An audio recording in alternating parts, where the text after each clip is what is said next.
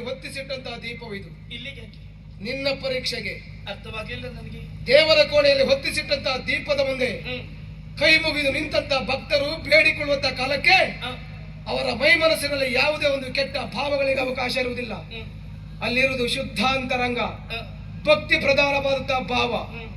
ಹೇಳಿದಲ್ಲ ನೀನು ವಂಶಿ, ನಿನ್ನನ್ನು ನಾನು ಪ್ರೀತಿಸ್ತೇನೆ, ಪ್ರೇಮಿಸ್ತೇನೆ, ಮದುವೆ ಆಗ್ತಿ ಅಂತ ಕೇಳಿದೆಯಲ್ಲ.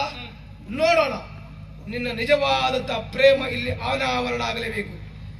ವಂಶಿಯ ಕುರಿತಾದಂತಹ ಪ್ರೀತಿ ಪ್ರೇಮವೆಂಬುದು ನಿನ್ನ ಮೈ ಮನಸ್ಸಿನಲ್ಲಿ ಹಾಸು ಹೊಕ್ಕಾಗಿದ್ದದ್ದು ಹೌದು ಅಂತಾದ್ರೆ ಈಗ ತಾನೇ ದೇವರ ಕೊಡೆಯಿಂದ ತನ್ನಂತಹ ದೀಪವನ್ನು ಮುಟ್ಟಿ ಆಣೆ ಮಾಡಿ ಹೇಳು. ವಂಶಿ, ಕಾಯೇನ ವಾಚ ಮನಸ್ಸ, ದೇಹ ಮನಸ್ಸು ಮಾತು ತ್ರಿಕರಣ ಶುದ್ಧತೆಯಿಂದ ನಾನಿನ್ನ ಆರಾಧಿಸ್ತಾ ಇದ್ದೇನೆ. ದೇವರ ಕೋಣೆಯಲ್ಲಿರುವಂತೆ ಈ ಜ್ಯೋತಿಯನ್ನು ಮುಟ್ಟಿದ್ರೆ ನಮ್ಮ ಪ್ರೇಮ ಜ್ಯೋತಿ ಬೆಳಗುತ್ತದಂತಾದ್ರೆ ನನ್ನ ಮಾತುಗಳನ್ನು ಕೇಳು ವಂಶಿ, ಹೇಳು. ಈ ಅಗ್ನಿಯಾಣೆಯಾಗಿಯೂ ನಾನಿನ್ನನ್ನು ಪ್ರೀತಿಸದಿದ್ದ ಸತ್ಯ.